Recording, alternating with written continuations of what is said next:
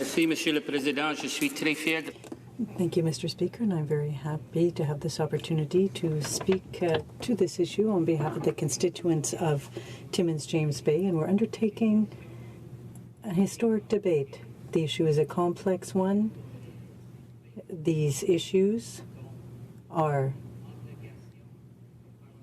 touching ones, and it's our obligation as parliamentarians to work together to strike a balance, to respect the Supreme Court decision on Carter, and to put in place protection for people who are vulnerable, and to launch a national plan to provide access to palliative care. At the beginning of this discussion, I think it's very important to put on the record that none of us come into this discussion with any level of moral superiority, because this issue affects every single one of us. It affects our families, and we cannot discuss this issue without putting it through the prism of our own personal lives and the people that we know. This very time of this discussion's been going on, I was in the hospital with someone very, very, very close to me, and they said, there's nothing more to be done. You have to go to hospice. There's only days left. And this person who's very close to me said, well, if I only have days, I'm getting my hair done. And I'm going to buy some nice shoes, $600 shoes. Being from a Scottish family, that was quite shocking. And they said, if I only have days, I'm going to go out and have a nice dinner. And those days have turned into weeks, because every day is a miracle. And that's something that we need to recognize. The power and the will to live is so incredible, and that we have to, wherever, support it. But we also have to recognize, for those who are living with intolerable pain, and to be respectful of those whose hopes of the future are so crushed by debilitating illness. It puts us in a very, very special position, Mr. Speaker, to be careful. I want to say at the outset that I respect the importance and the supremacy of the Supreme Court in our country, but I think they made a fundamental error and mistake in their treatment of the Canadian people. I think they were responding to what they felt was the last government's refusal to respond on a number of court decisions, and so they put a firm timeline on Parliament to act. I think it would have been fair for the Supreme Court to recognize that in October there was a new election, a new mandate, and a new government, and that government should have been given the opportunity to take this discussion across the country, because this discussion should not be dealt with simply within this Parliament. This discussion should be a mandate that every Canadian is able to participate in. And I think it's very unfortunate, and nobody will ever accuse me of giving the government a free pass.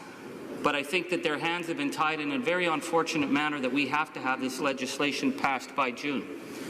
And for those who are very, very concerned about this legislation, and listening to some of my Conservative colleagues, I would warn that if Parliament does not act, and if Parliament does not set the parameters for this legislation, that we will then see a legal vacuum. The decisions on medically assisted death are already being made by the courts across this country. They are stepping into the vacuum that exists now.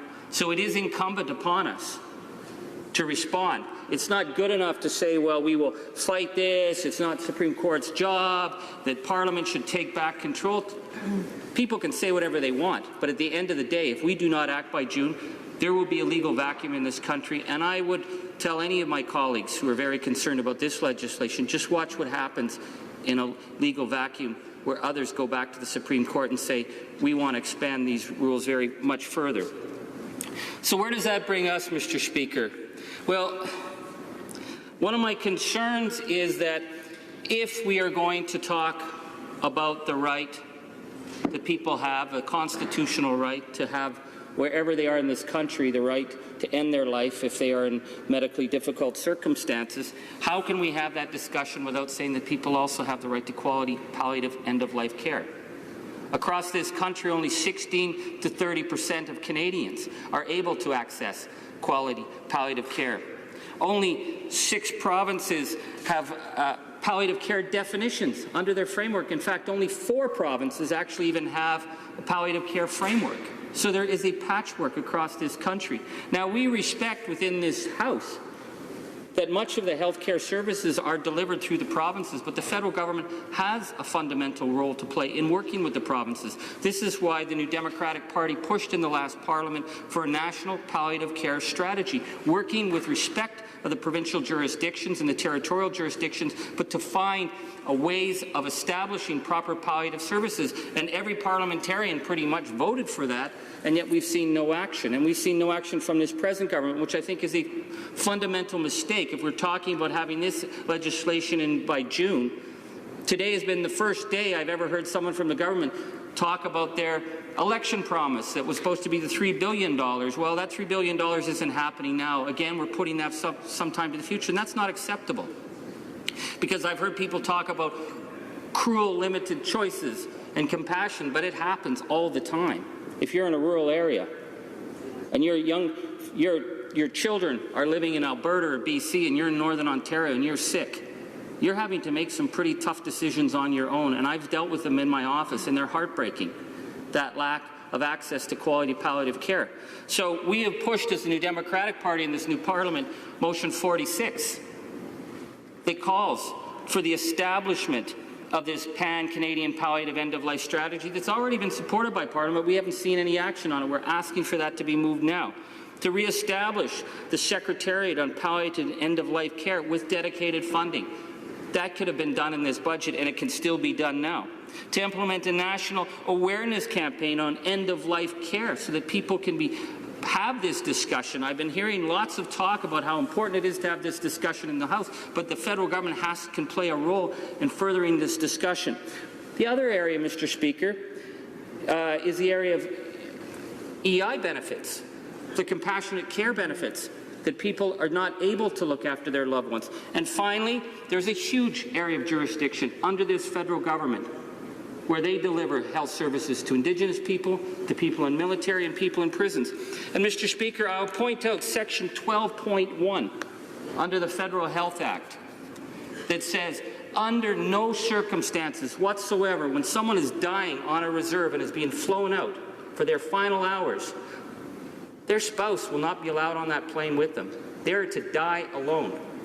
And under Section 12.1 of these standards, it says that it's not, you can't appeal it, and the first rule in the health standards says under no circumstances will compassion be accepted. That could be changed tomorrow. The health minister could stand up and say, what an unacceptable, cruel standard that the federal government would allow an elderly person to die alone without their life partner there, and that they would have written into the legislation that under no circumstances would compassion be considered a reason for letting someone be with you when you die. What kind of nation are we if we think that that's a perfectly bureaucratic standard? It's not. So if we're going to have this discussion about allowing people in incurable suffering to make that choice, and if we're going to make it available nationally, then it is incumbent upon this House to say that every family who has a loved one who's suffering will have that support that they need.